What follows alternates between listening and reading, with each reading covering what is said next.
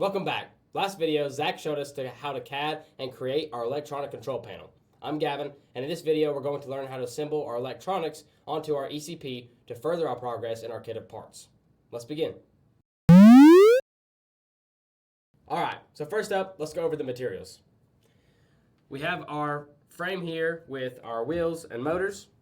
We have the ECP that Zach cut out and got all the holes drilled.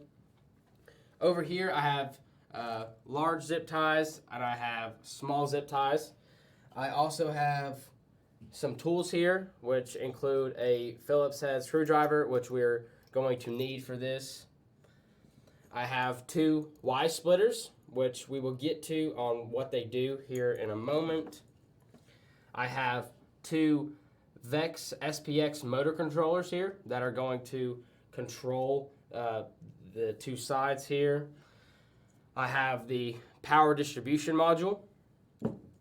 I have the converter from 12 volts down to 5 volts. I have our kill switch for our safety measures. And here I have our Raspberry Pi. And of course, the battery. So first up, we need to mount the ECP to the bot here. So I'm going to take my ECP. Zach drilled these 3 holes here in each corner to be able to mount to the frame. So I'm going to line up my ECP right onto the frame, and the holes line up very nicely, just like this. Now, there's a couple different ways we could mount this board. We could do this with some screws and bolts, but in the kit of parts there are not bolts. So we're just going to do it with zip ties, and this is a great way to do it because you can quickly snip it off and switch some things out if you need to. So we are going to go ahead and connect this now with our small zip ties here. I'm going to take my zip ties and I can run it right through the hole here and right outside of the frame. It comes out. I might need to use a tool or something to help me kind of guide this zip tie back upwards. Might be in a difficult spot. Okay, so just like this, I have my first hole connected, and I'm going to go ahead and put in the rest into each corner. Now that all of my corners are fastened with zip ties, I can actually snip off the ends of the zip ties, and it gives it a really clean look, and this is very secure here. So let's go ahead and begin attaching some electronics. So first up, I am going to connect the core power distribution module, and I have a nice place right here for my zip ties. So I'm going to slide my zip tie through, and I'm going to do a little trick here where I take a zip tie, I go straight down the hole, I take another zip tie, and I take it through the top of this zip tie. I connect them like this, and I pull it all the way to the bottom where it locks the back sides of the zip ties together like this. Then when I take it through, it'll go to the other side, because if I don't do this tip where I put both of these together, the zip tie will just fall through the hole. So now I'll rotate it this way, and you can see right here my zip tie is sticking out. I can take my other zip tie and I can go ahead and fasten this one all the way down to the bottom, and now this one will lock into place. So I'll go ahead and connect some more zip ties to this side, and this one will be mounted. Once I fasten all my zip ties, I can use some flush cutters here and I can snip the ends of these zip ties, and it will make them look very nice. So you can see this looks really good here. So next, what I want to do is my power converter here. Now, this one already has my Anderson power poles connected. So I'm going to go ahead and run my zip ties through it and connect this one the same way. So now that I have my power converter connected, I'm going to move on and I'm going to do my motor controllers. So Zach has 2 spots here set for the motor controllers. So now when I mount these, there's a specific way I want to mount these. You see that 2 of these wires are black and red, and the other 2 are green and white. Now, the red and black wires are the wires that get power from the power source. So I want my red and black wires to be pointed this way, towards the power supply and the battery, with the battery's going to be towards the back. The wrong way to do it is this. I do not want these to be in here.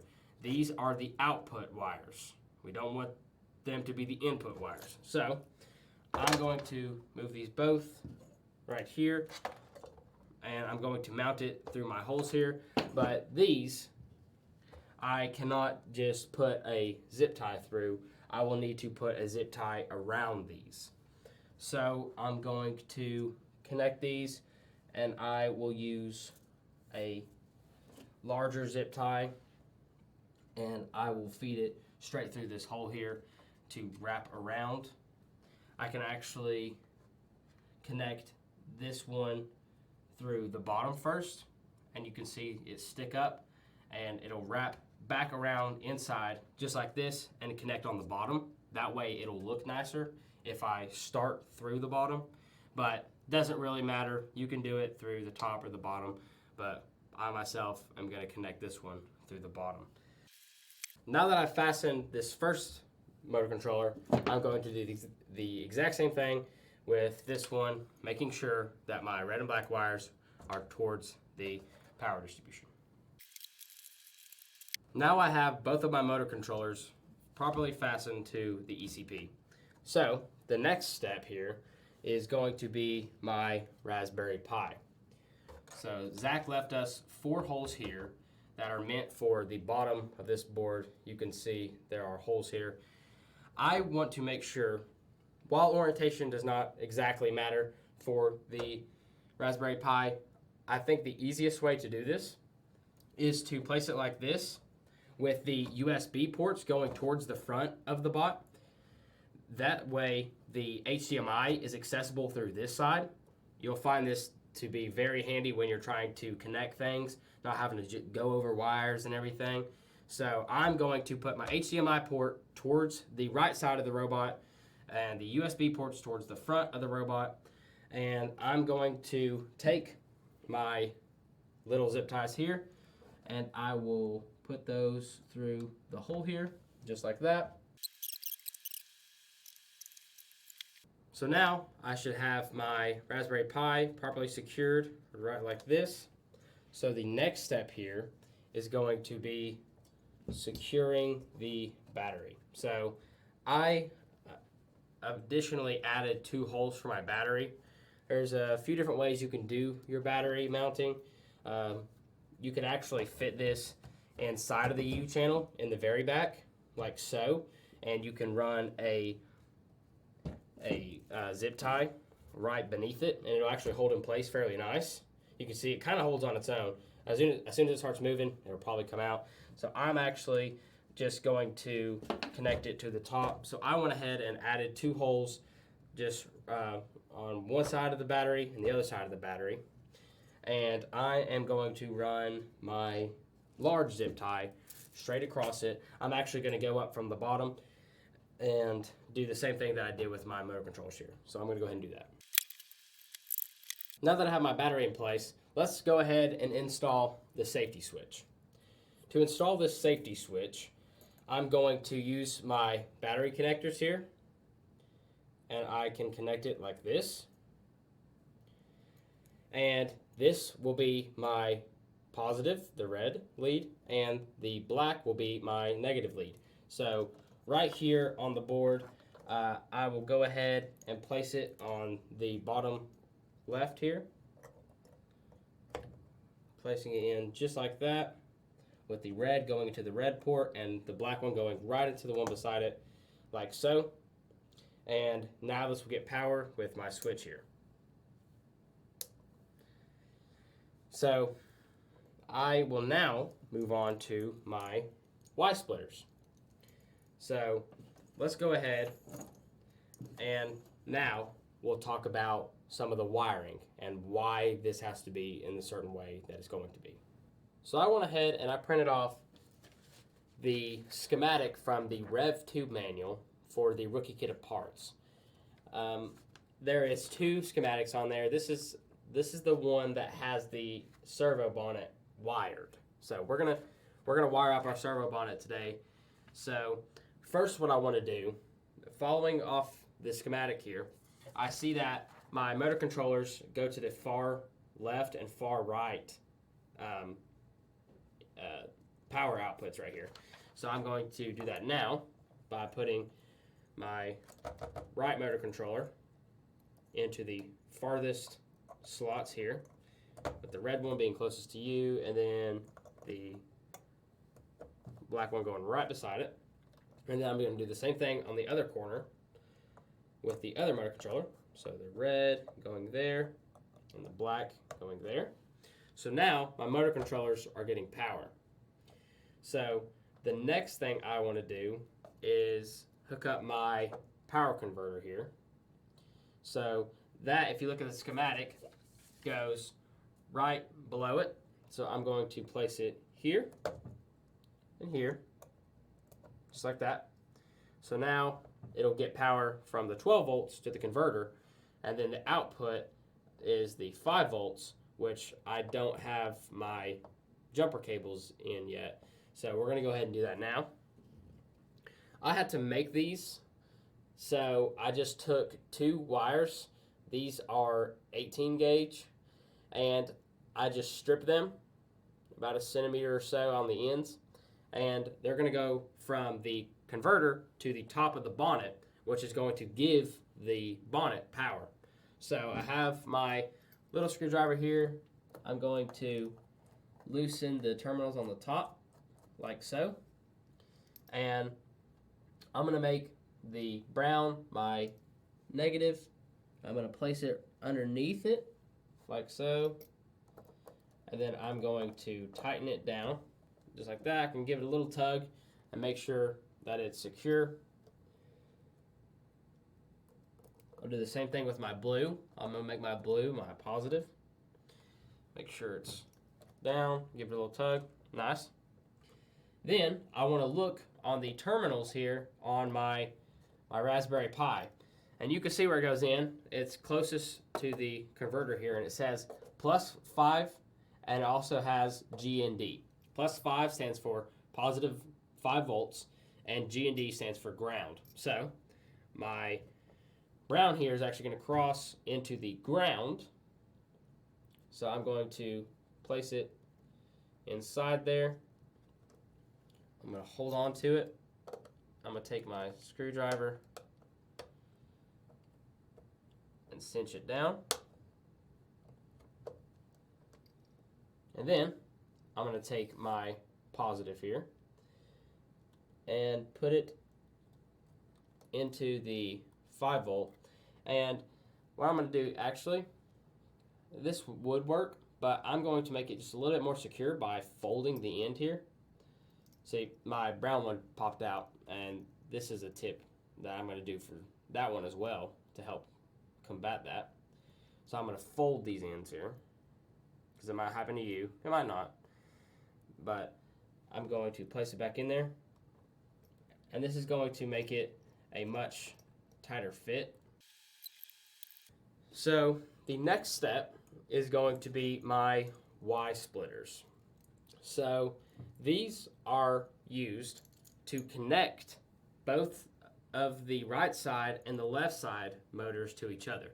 So essentially, this is going to connect these two motors, and this is going to connect these two motors. Now I have all my motor wires underneath here, and I'm going to go ahead and bring these around underneath it. I can follow the motor, pull out the wire here, do the same thing with this one, just like that. And you can see my front right motor and my back right motor are right here. There is one input right here, and then two inputs down here. So I want to put the right side over here with the red connecting and the black connecting. So there's one motor. Then my other one, red here, and then black here. Now I have one connection point, and that one connection point is actually going to go into the motor controller. So I want the red to connect to red, the black to connect to black, and there we go. Now we have one side right here, and I'm just going to do the same thing, and I'm going to repeat the left side. Okay, now that I have done this side as well, what I'm going to do is I'm going to kind of bundle these up a little bit, like so, not too tight. A trick that you can do is taking another zip tie across these and connecting them like so. And this just kind of bunches them together right like this. So this will keep it out from getting caught in my motors. So the next step I want to do is taking my micro USB from the converter to the Pi. So this is what's going to actually power my Pi. So you see it has a modified micro USB cable with a red and black wire coming out. So this is a 5 volt, this needs 5 volts, the Pi. So it's going to go to the same place that my bonnet was. I'm just going to unscrew this a little bit. These are really small, so they'll fit pretty easily. Now, those are connected, and I can just take my connector here and plug it right into the Pi, and now my Pi will get power. So I have my battery, I have it into the core power distribution module along with my motor controllers, which are connected to my motors through the Ysplitters, and now I have my converter here, which is giving power to the Pi and to the servo bonnet. So lastly here, I will take on my motor controllers, you will have these connectors here. On each motor controller, you'll have 2 different connectors. And you can see some of these are taped up and bundled because those won't be used. But on my right motor controller, I have this connector here with a green and a yellow wire. Same thing over here. Now, that green wire is a ground wire, and the yellow wire is a signal wire. So on the top of my bonnet here, I have 4 connectors that come out. Now, you can go ahead and put into the rest of your bonnet up to 16. And these are called channels. So you'll figure out why we use these in the programming videos. But we're going to wire it up. In this diagram here, it actually shows one of the motor controllers going into the far left one right here, and then one going to the far right, but I don't have a far right one in my kit of parts, so it doesn't matter. It can just go into any one of these here, but we have to make sure we put it in the right way. So you can see on the top of your bonnet, it has an S, and then it has a G. The G is closer to the bottom, and the S is closer to the top. This is showing the signal being at the top and the ground being at the bottom. So I want my yellow wire to be closer to me and my green wire to be out that way. So I'm going to connect it. You can remember G stands for green also. That might help. So I'm going to connect it into this far left one from your side, and then I'm going to put this other one into the furthest one away from it. It doesn't matter where these are, it only matters in the code, but for this, I'm going to see they're numbered here. I have one of mine in port or channel 0 and one in channel 3 here. Yep. So I have 0 and 3. You'll actually see that the channels start at 0 instead of 1. And you'll see in the programming here whenever we get to that. So now my bot is completely wired. So this is ready to be hooked up to an HDMI with a monitor, keyboard, and get programmed. So stay tuned. We will talk about programming shortly, but thank you again for tuning in, and we'll see you soon.